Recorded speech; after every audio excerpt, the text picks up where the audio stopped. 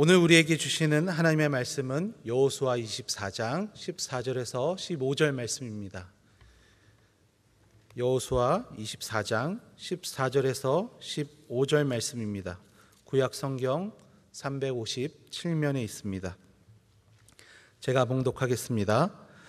그러므로 이제는 여호와를 경외하면 온전함과 진실함으로 그를 섬기라. 너희의 조상들이 강 저쪽과 애굽에서 섬기던 신들을 치워버리고 여호와만 섬기라. 만일 여호와를 섬기는 것이 너희에게 좋지 않게 보이거든 너희 조상들이 강 저쪽에서 섬기던 신들이든지 또는 너희가 거주하던 땅에 있는 아모리 족속의 신들이든지 너희가 섬길 자를 오늘 택하라. 오직 나와 내 집은 여호와를 섬기겠노라 하니. 아멘. 제가 이제 목회를 하면서 이렇게 보면 좀 이렇게 안쓰럽고 안타까운 때가 있어요. 언젠가 하면 집안에서 오직 홀홀단신, 혼자만 예수를 믿어요. 아무도 믿는 사람이 없어요. 혼자 신앙생활을 하면서 다른 가족들도 다 함께 예수 믿기를 그걸 기도 1순위로 이렇게 삼는 이런 가정도 있습니다. 좀 안쓰럽죠. 또 어떤 경우에는 완전히 반대예요. 다 믿어요. 주변에 일가 친척까지 다 믿는데 오직 홀홀단신 그 무슨 배짱인지 안 믿어요. 뭐 가자가 얼마나 많이 권유를 받았겠습니까? 그럼에도 불구하고 혼자만 이렇게 안 믿나. 아빠가 교회 안 나오든지 뭐 엄마가 교회를 안 나오든지 이런 경우들도 있습니다. 여러분 성경을 보면 하나님께서 그림을 그리시는 이 신앙의 어떤 모습이 뭘까요? 그건 혼자 믿는 게 아니에요. 가족 전체가 다 함께 믿는 것입니다. 참 주일날 보기가 참 좋잖아요. 엄마 아빠 함께 손잡고 가족 전체가 함께 예배하러 이렇게 예배당에 오는 모습, 그 그림 참 보기도 좋고 흐뭇하고 감사하고 그래요.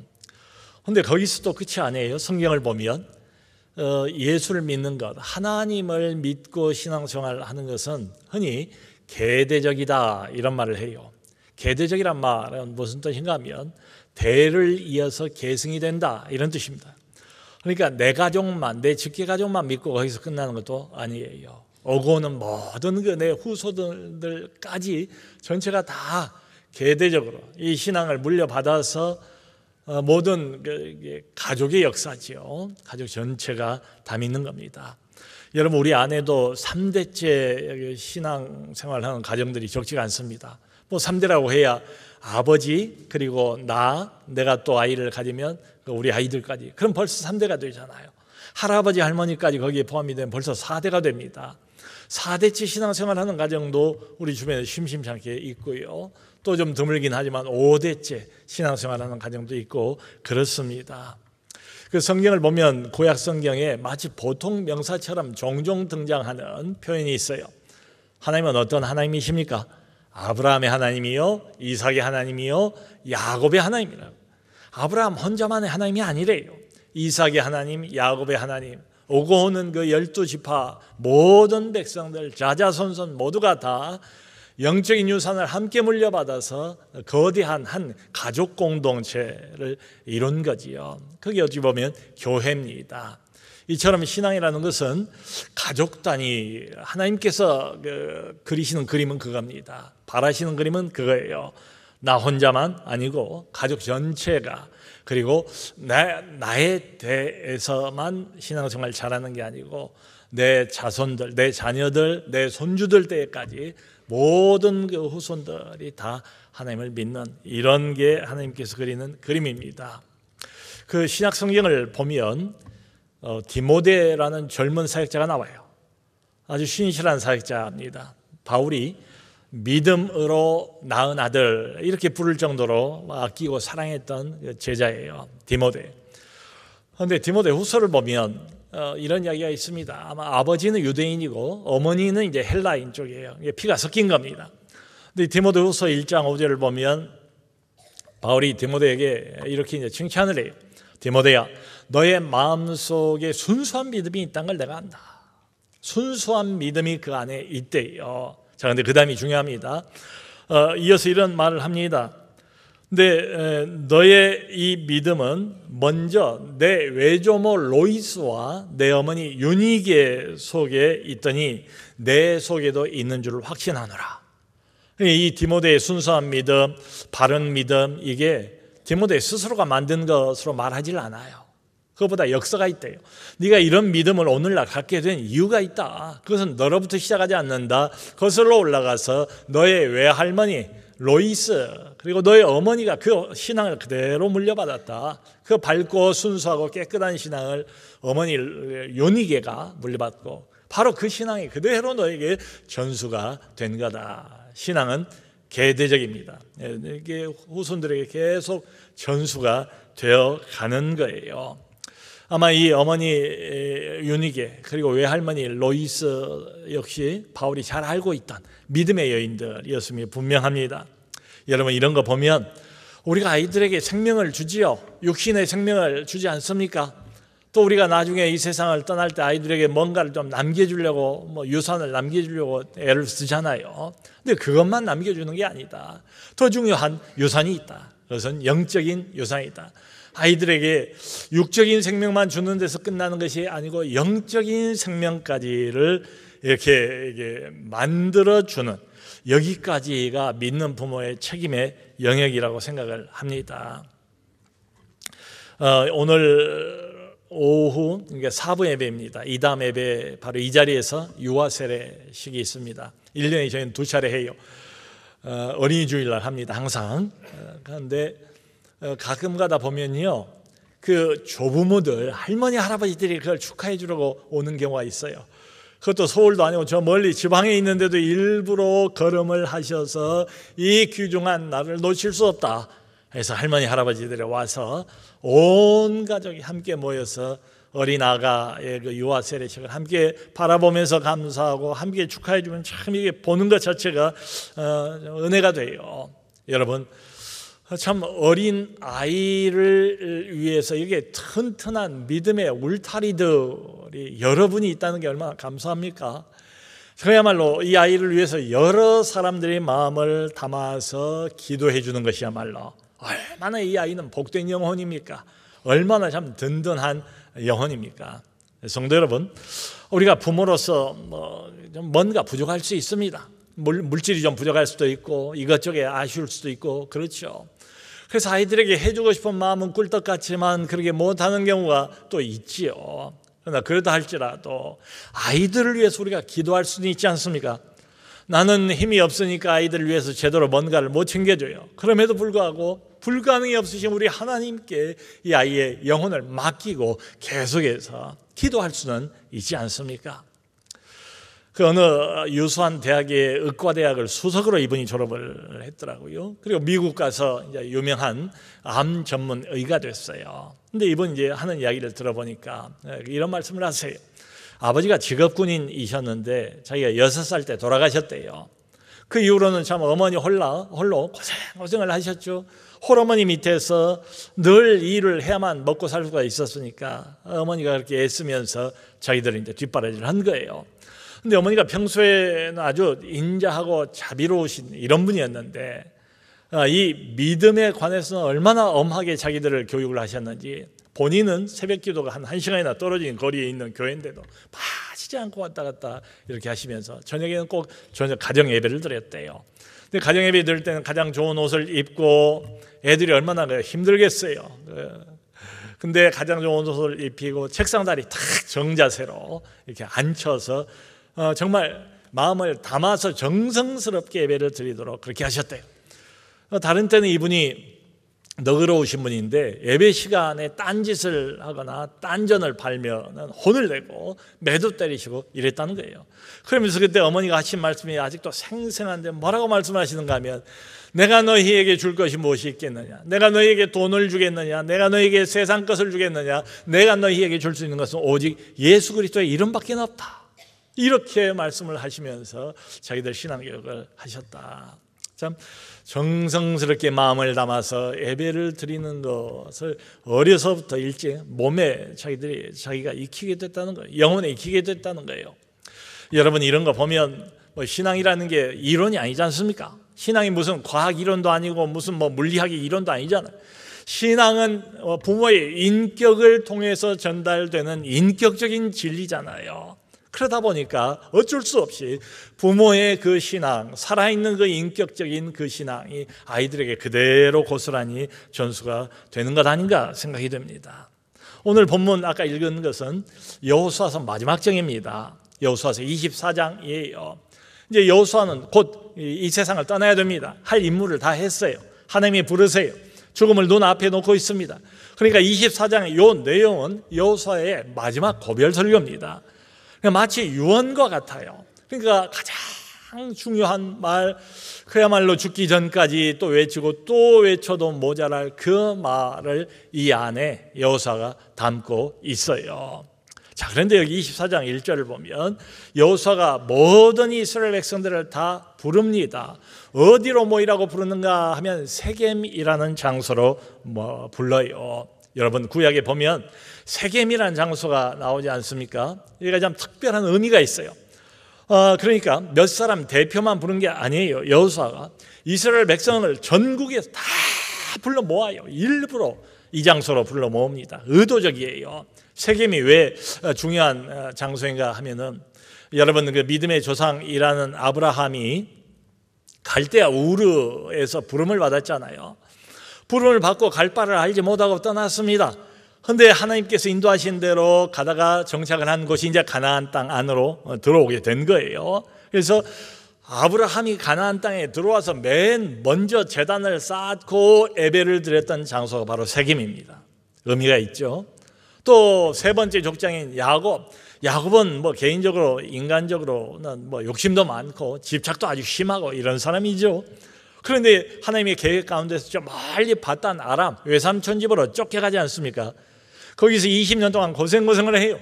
고생을 한 다음에 12아들 거기서 이제 얻었고, 그리고 부인 넷을 데리고 다시 가나안 땅으로 귀향을 합니다. 그런데 바단 아람은 하나님만 섬기는 이런 지역이 아니에요. 다른 우상들도 함께 섬기는 이런 지역이었습니다. 물론 가장이 이제 야곱이니까 사람들이 다 부인들도 하나님을 알고 하나님에 대해서 듣고 하나님을 섬기고 이렇겠죠.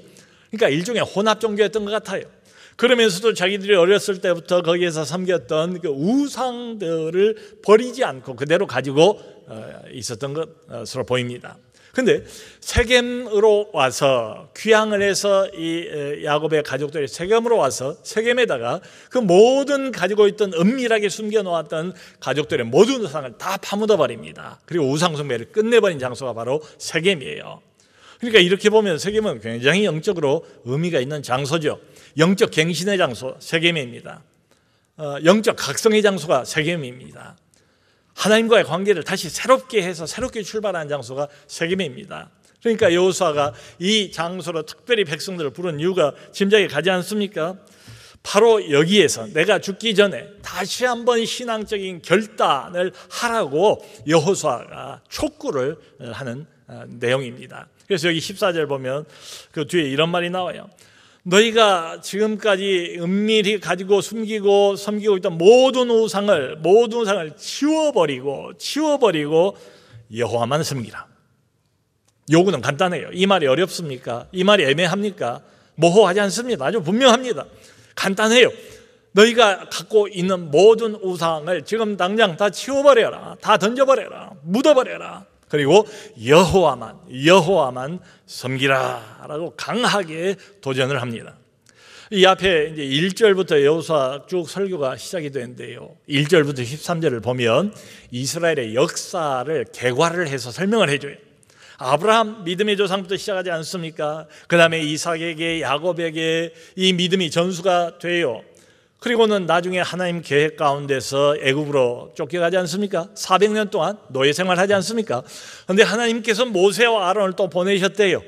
그래서 출애굽하게 하시고 광야 40년을 끌어오셨다. 하늘에서 만나를 주시고 반석을 쳐서 물을 내시고 우리를 먹고 살게 하시고, 그리고 나중에는 요단강을 마르게 하시고 마른 땅처럼 건너게 하시고 이 안으로 들어오게 하셔서 정복전쟁을 일으키게 하시고, 그리고 가는 데마다 파죽지세로 이스라엘이 백성을 하지 않습니까? 이 모든 이야기를 다 설명을 해요, 간단하게. 그래, 결론이 뭔가 하면 이 모든 것을 누가 하셨느냐, 이것이 우리가 한 일이더냐, 우리의 노력이더냐, 우리의 계획이더냐, 하나님이 앞장서지 않았느냐, 하나님이 우리 민족을 이렇게 처음부터 여기까지 이끌어주지 않았느냐, 이 적과 꿀이 흐르는 약속의 땅 하나님이 기왕에 약속한 대로 결국은 이루신 것 아니냐. 그러므로 결론은 너희 안에 있는 우상을 이제는 다 철폐하고 지금이야말로 하나님만 섬기라 라고 강조를 하고 있습니다. 여러분, 이렇게까지 여호수아가 마지막에 이야기를 하는 거 보면 지금 이 순간에 이스라엘 안에 우상 숭배가 상당히 이게 있지 않았는가 짐작해 갑니다. 그러니까 어떤 한두 사람 무시해도 좋을 아주 극히 일부라면 이렇게까지 말하지 않을 거예요. 근데 모든 백성을 다 모아놓고 이런 이야기를 힘을 주어서 강조하는 걸 보면 상당한 그 우상 숭배가 이 안에 지금도 성행하고 있지 않았는가 짐작이 갑니다. 그러니까 이 여호수아는 자기가 죽고 난 이후, 자기가 살아있을 동안은 괜찮다, 하지만 내가 죽고 난 이후에 이스라엘의 영적인 상태가 어떻게 될 것인가, 그걸 걱정을 하는 거예요. 아닌 게 아니라 여호수아 바로 뒤에 사사기가 나옵니다. 이스라엘의 구약 역사 가운데서 가장 어둡고 가장 암울했던 시기가 영적으로 사사기입니다. 300년 동안은 암흑기예요. 그걸 내다보면서 여호수아가 걱정을 하면서 너희 안에 있는 모든 거짓 신들과 우상을 버리라. 참, 여러분, 이런 거 보면 여기 이스라엘 백성들이 그냥 이론으로만 하나님을 안 게 아니잖아요. 날마다 만나를 자기들이 먹고, 그리고 반석을 쳐서 물을 내는 걸 자기들이 경험을 했고, 요단강을 하나님이 딱 멈추게 하시고 거기를 마른 땅처럼 자기들 발로 걸어 통과를 했어요. 그리고는 들어와서 가나안 정복전쟁을 해서 파죽지세로 승리까지 경험을 하지 않았습니까? 말하자면 살아계신 여호와 전능하신 하나님, 그분을 체험을 했어요. 체험신앙이에요. 그럼에도 불구하고 우상을 은근히 같이 붙들고 놓치지 않았다, 섬기고 있었다. 참, 이런 거 보면 이 우상 숭배라는 게 참 얼마나 끈질긴가.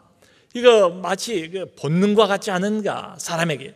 하나님은 어쨌든 간에 눈에 안 보이고 우상은 근사하게 깎아서 돌로 세우든지 나무로 세우든지 이러면 눈에 보이잖아요. 그러니까 가나안 땅에 가나안 사람들이 섬기고 있는 그 우상, 자기들이 가나안 모든 군대를 다 이게 전멸시키고 자신들이 이겼잖아요. 그런데도 그들이 섬기는 신을 자기들이 갖다가 섬기는 게 이 상식적으로 말이 안 되지 않습니까? 그럼에도 불구하고 이 우상 숭배라는 건 마치 우리 DNA, 유전자를 아무리 팍팍 이렇게 문지른다고 해도 그게 없어질 리가 없잖아요.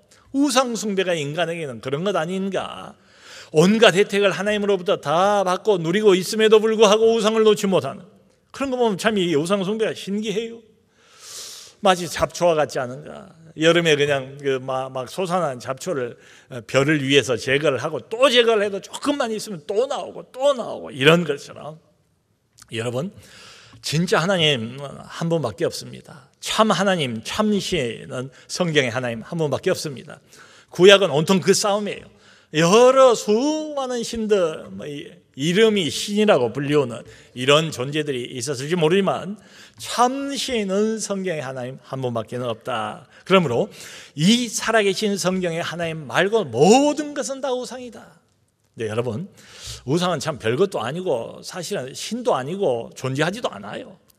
그런데 막강한 힘을 가지고 있습니다. 우상이 막강한 힘을 가지고 내 인생을 지배하고 우리 가정을 지배하고 우리 아이들 영혼을 지배하고 좌지우지하는 게 바로 이게 우상이에요. 가짜 신인데 짝퉁인데 말이죠.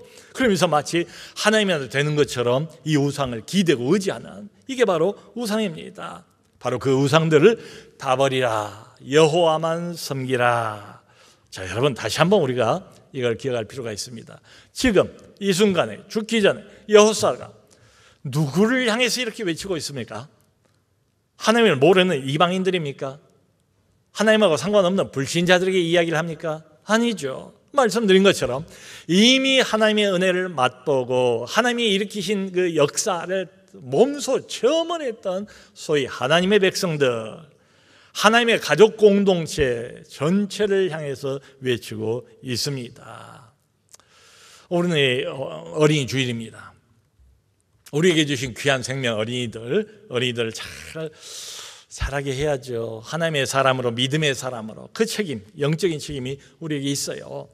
특별히 오늘 어린이 주일날 어린이 양육과 관련해서 우상이 뭘까? 지금 이 여호수아가 이렇게 호통을 쳤을 때 이스라엘 백성들이 섬기고 있던 바알신, 아세라신, 금오스신, 우리가 그런 신들을 섬기는 건 아니에요. 근데 아주 교묘하게 이런 것들 자리를 대신하고 있는 현대판 우상이 있다. 왜냐하면 마치 하나님처럼 구니까, 하나님처럼 우리가 두려워하니까, 하나님처럼 그것을 섬기니까, 하나님처럼 거기에 매달리니까, 하나님처럼 그것을 의지하니까 우리 어린이들 양육하고 연관해서 그게 뭘까? 성적, 대학 입시, 학벌, 이런 것들이 바로 우상이 아닐까? 이게 은근히 하나님 노릇을 해요. 엄마의 마음을 완전히 사로잡고, 아빠의 마음을 완전히 사로잡고, 아이 당사자는 뭐 더 할 것도 없고요. 그리고 가족 전체가 거기에 완전히 지배당하고 좌지우지되고. 여러분, 우리가 믿는 사람으로서 이 여호수아의 말처럼 모든 것을 하나님 중심으로 생각을 하고 결단을 해야 될 텐데, 모든 것이 성적 중심, 점수 중심 이렇게 돼버리는 경우가 있죠. 여러분, 성적과 입시와 대학과 이런 것들, 이게 중요하지 않다, 이렇게 말할 수 있는 사람이 어디가 있겠어요? 안 그렇습니까? 이게 너무너무 중요하지요. 아이 인생에 얼마나 이게 중요합니까? 얼마나 결정적입니까? 그런데 중요한 것은 맞아요. 그런데 때로는 너무 지나친 경우도 있다. 마치 우상이 돼버린 것처럼. 그 작년도에 서울시 교육청에서 이런 조사를 했습니다. 초중고생들 대상으로 조사를 했어요. 부모님에게서 가장 듣고 싶은 이야기가 뭐냐, 가장 듣고 싶은 말이 뭐냐. 그래서 쭉 순위를 매겼는데 1위가 뭔가 하면은 1위가 이겁니다. 참 잘했어. 참 잘했어. 애들이 그렇게 듣기를 원하는 말이 참 잘했어. 그러니까 오늘부터 빈말이라도 좀 해주세요. 참 잘했어. 너를 사랑한다. 이건 오히려 2위예요. 2위. 사랑한다는 말보다 아이들이 더 듣고 싶은 것은 참 잘했어. 확인받고 싶은 것은 참 잘했어. 그러니까 이런 말. 누구야, 수고했어. 잘하고 있어. 괜찮아. 다 잘 될 거야. 넌 더 잘할 수 있을 거야. 이런 긍정적인 언어, 긍정적인 반응을 부모들로부터 듣기를 원하는데요. 그래야 이 아이가 긍정적인 힘을 가지고 살아갈 수가 있다. 이런 이야기죠. 자, 여러분 한번 생각을 해봅니다. 왜 하필이면 하고 많은 말들 중에 아이들이 누구누구야 잘하고 있어, 참 잘했어, 이런 이야기를 듣기를 원할까? 사실 아이들 마음을, 뚜껑을 열어놓고 보면 그만큼 아이들 스스로가 불안해하고 있는 것 아닌가? 내가 지금 잘못하고 있는 것 아닌가? 더군다나 이 지역이 얼마나 또 교육열이 셉니까? 다른 친구들 나보다 훨씬 더 앞서가는데, 훨씬 더 잘하는데 나 이러다가 어떻게 되는 것 아닌가? 마음속에 그 불안, 자기에 대한 어떤 불신, 자신감 없음, 열등감, 이런 것들이 안에 아주 굳게 도사리고 있는 것 아닌가? 그래서 아이들이 계속 확인받고 싶은 게 누구야, 괜찮아, 잘하고 있어, 잘할 수 있어, 이런 말들 아닌가? 여러분, 근데 이런 상황에서요, 가장 영향력 있는 부모님들이 아이들 보고 대놓고 그냥 성적 때문에, 점수 때문에 지적을 하거나 비판을 하거나 비난을 하거나, 아이들은 노력을 하거든요. 수고를 했어요. 노력을 했어요. 그런데 성적이 안 오르는 걸 어떻게 합니까? 그걸 아주 그냥 한꺼번에 다 무시하고 부정을 당하는 것처럼 이렇게 이야기를 하면 아이들이 상처를 받죠. 낙심이 되죠. 심하면 좌절을 하지요. 다시 일어설 힘을 잃어버리지 않겠습니까? 물론 이제 성적이 지난번하고 비교를 해보니까 많이 떨어졌어요. 오르면 좋을 텐데 많이 떨어져 버렸어요. 그러면 거기다 대놓고 누구누구야 참 잘했어요 이렇게 말하기는 좀 어렵잖아요. 그러면 우습잖아요. 아이도 이해를 못할 거예요. 대신에 이렇게 말할 수는 있지 않습니까? 누구누구야 괜찮아, 괜찮아, 시험이라는 건 또 기회가 있어. 다음번에 또 잘 보면 돼. 실망하지 마. 너가 이번에 나름대로 최선을 다했잖아. 그러면 된 거야. 네가 할 수 있는 최선을 다했으면 거기까지 하고 나머지 결과는 하나님 손에 맡기자. 기도해. 그리고 다음번에 또 더 잘하면 그뿐이야. 너무 그렇게 마음에 낙심하지 마. 이렇게 위로해 줄 수 있지 않습니까? 그러니까 부모가 바라는 건 있지요. 근데 그 부모의 바람보다도 아이의 입장을 먼저 생각을 해주는 거죠. 얼마나 이 아이가 스스로 당사자인데 마음이 아플까, 낙심이 될까, 이걸 먼저 생각하고 먼저 배려를 해주는 거죠. 그 다음에 이제 신앙 이야기도 하고 하나님 이야기도 하고 뭐 해야 이 아이가 마음을 열고 받아들이지 않겠습니까? 어머니가 아버지가 나를 위로해 주시고 괜찮다고 말하고 있고 열심히 하니까 잘하는 것이라고 이렇게 격려를 해주고 그 다음에 연결해서 하나님 이야기도 듣고 뭐 신앙 이야기도 듣고 그러면 애들이 긍정적인 반응을 보이지 않겠습니까? 그냥 다짜고짜 성적 때문에 그냥 무시를 당하고 비난을 당하고 빈잔을 당하고 인격이 그냥 위축되지 않겠어요? 조마조마하는데 바로 이어서 엄마 아빠 입에서 하나님 이야기가 나오고 성경 이야기가 나오고 기도하라는 이야기가 나오면 이건 뭐 100% 역효과 나지 않겠어요? 참 그래서 저희가 좀 생각을 해야 될 것 같아요. 성도 여러분, 자녀들 신앙도 대부분은 부모의 영향을 받습니다. 부모 따라가요.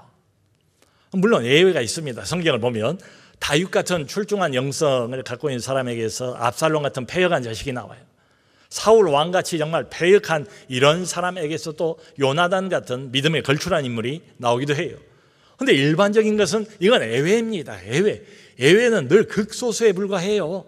일반적인 것은 뭔가 하면 타락해버린 엘리 대제사장에게서 홈리와 비느하스 같은 전무후무한 아주 타락해버린 제사장 아들들이 나오는 것과 같아요. 일반적으로는 그렇습니다. 그러니까 우리 아이들은 부모님들의 신앙의 영향을 알게 모르게 받아가면서 지금 영혼이 백지 상태와 같아요. 그 백지 상태에다가 신앙의 밑그림을 그리는 거예요. 부모들의 영향을 받아가면서 매가지 신앙의 밑그림을 그리고 있다. 자, 그런 관점에서 보면 여기 14절에 이어 15절의 이 여호수아의 선포가 대단히 중요합니다. 왜냐하면 여호수아가 15절에서 뭐 한 가지를 이 백성들 전체를 향해서 선언하고 있습니다. 근데 이게 부모로서의 선포예요. 여호수아는 지금까지 민족 전체 영적 리더였습니다. 지도자였습니다. 근데 그것만이 아니고 다른 관점으로 보면 여호수아도 한 집안의 가장이잖아요. 영적인 가장이잖아요. 자기 아이들을 하나님 앞에 바로 세울 책임이 있는 사람이잖아요. 아이들의 영혼을 책임지고 있는 사람 아닙니까? 가족들의 영혼을, 영적인 상태를 책임지고 있는 사람 아닙니까? 그러니까 그런 가장의 측면에서 부모로서 선포를 하는데 이렇게 말합니다. 자, 그러므로 하나님을 섬기든지 아니면 우상을 따라가는 게 더 좋겠다. 우상에게 기웃거리고 우상에게 절을 하고 우상에게 잘 보이면 뭔가 더 나은 이득이 있겠다라고 생각하면 우상을 섬겨라. 둘 중에 하나를 섬겨야지 둘 다 섬기는 것은 불가능하다. 그러니까 너희가 오늘 결정을 하라는 거예요. 선택을 하라는 거예요. 하나님이 좋아 보이면 하나님을 섬기고 우상이 좋아 보이면 우상을 따라가라. 섬길 자를 택하라. 그러면서 하는 말이 오직 나와 내 집은 여호와만 섬기겠노라. 하늘이 꺼져도 누가 뭐라고 해도 손가락질을 해도 조롱을 해도 나는 내 가족과 함께 오직 여호와만 섬기겠노라. 여러분, 이건 참 대단한 선포 아닙니까? 모든 사람들이 보는 앞에서 나와 내 가족, 너희들은 어떻게 선택을 하든지 마음은 간절하게 여호와를 선택하기를 원하지만 그러나 이걸 강요할 수는 없잖아요. 양자택일을, 신앙을 강요할 수는 없지 않습니까? 너희가 선택하라.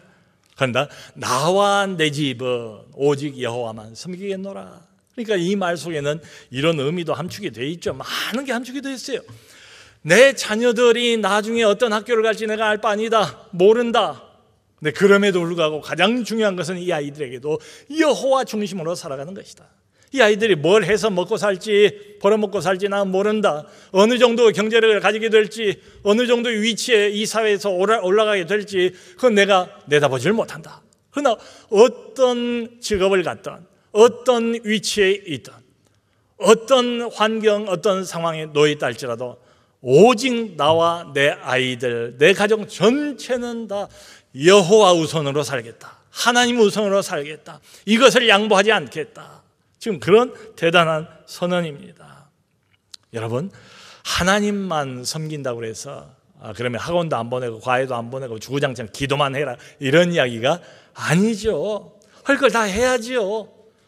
뭐 안 하고 어떻게 우리가 이걸 견디겠습니까? 그런데 중요한 것은 부모의 중심, 부모의 마음, 아이들을 키우는 양육의 핵심 가치가 뭔가에 대한 질문입니다. 도전입니다.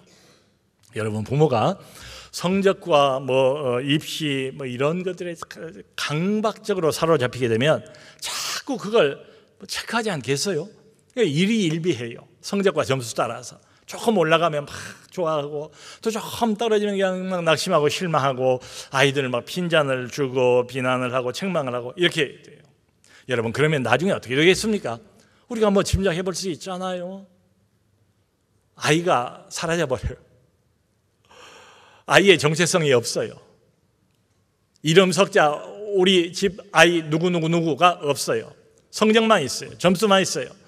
아이도 사라져버리고 그리고 하나님도 물론 사라져버리죠. 그리고 남는 것은 오직 성적밖에 안 남아요. 점수밖에 안 남아요. 아이들이 안 하고 싶어서 안 하겠습니까? 성적을 올리고 싶지 않아서 못 올리겠습니까? 한다고 해요. 대부분 아이들은 해도 안 되는 걸 어떻게 합니까?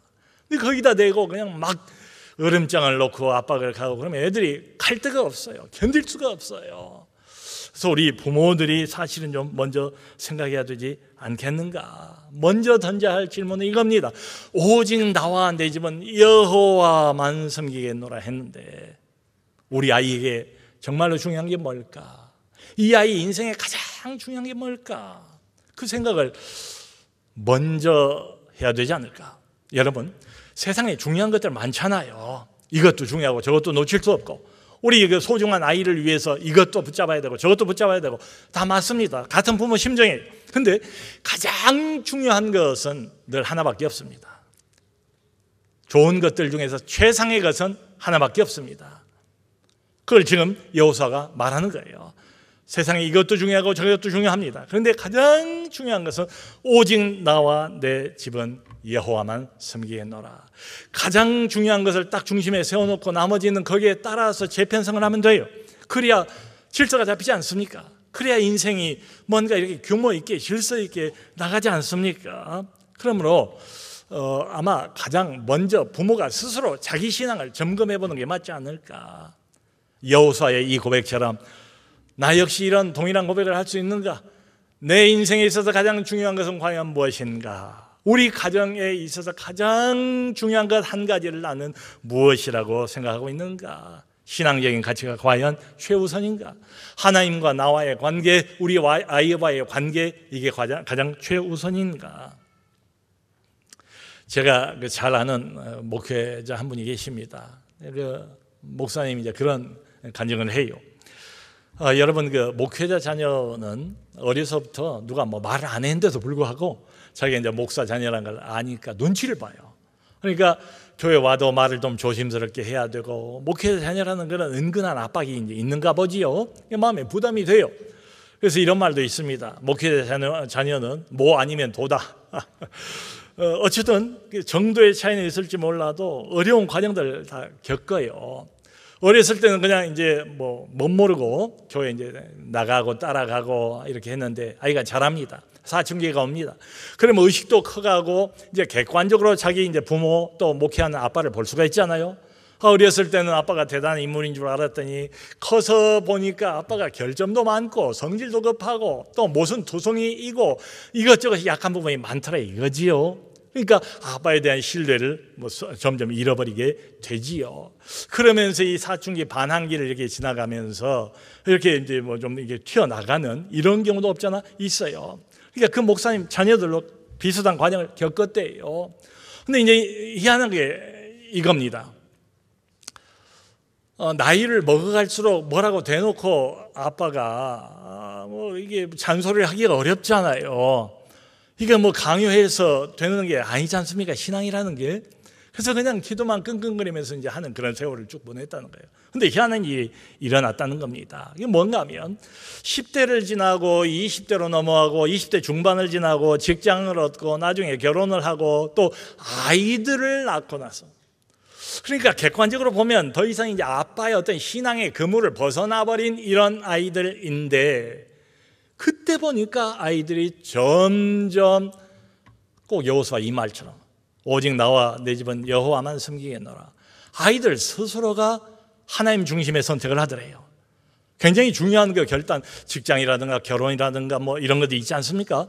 그런 것들에 부딪혀서도 하나님 중심의 선택을 하고 하나님 중심의 고백을 하더라는 거예요. 그래서 자기가 이해를 못했대요. 내 잔소리는 점점 줄어들었는데 어떻게 해서 아이들이 점점 이렇게 내가 이 애들 어렸을 때부터 그렇게 기도하고 간절히 구하고 했던 대로 아이들이 바꾸어져 가는가, 그게 이상했답니다. 그래서 자기가 그 원인을 알게 됐대요.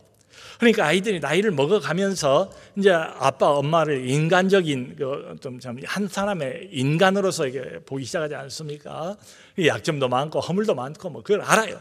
그걸 안돼요. 근데 동시에 한 가지를 아이들이 더 알게 됐다는 거예요. 그게 뭔가 하면 바로 여호수아의 이 마지막 고백입니다.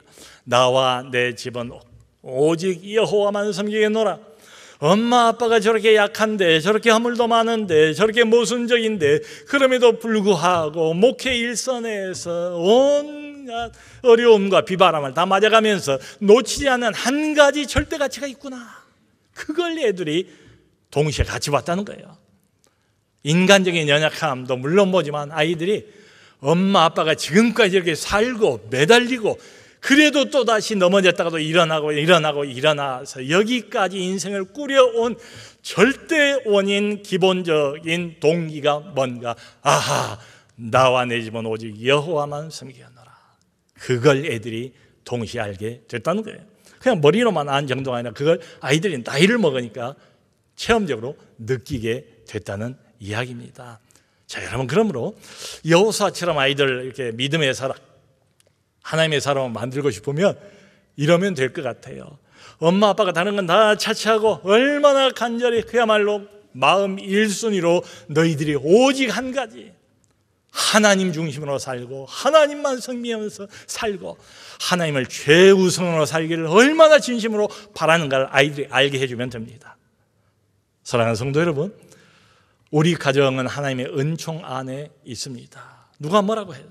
그러므로 여기 여호수아의 마지막 고백처럼 나와 내 집은 오직 여호와만 섬기겠노라, 하나님만 섬기는 우리 모든 가족들 다 될 수 있기를 주님의 이름으로 축원합니다.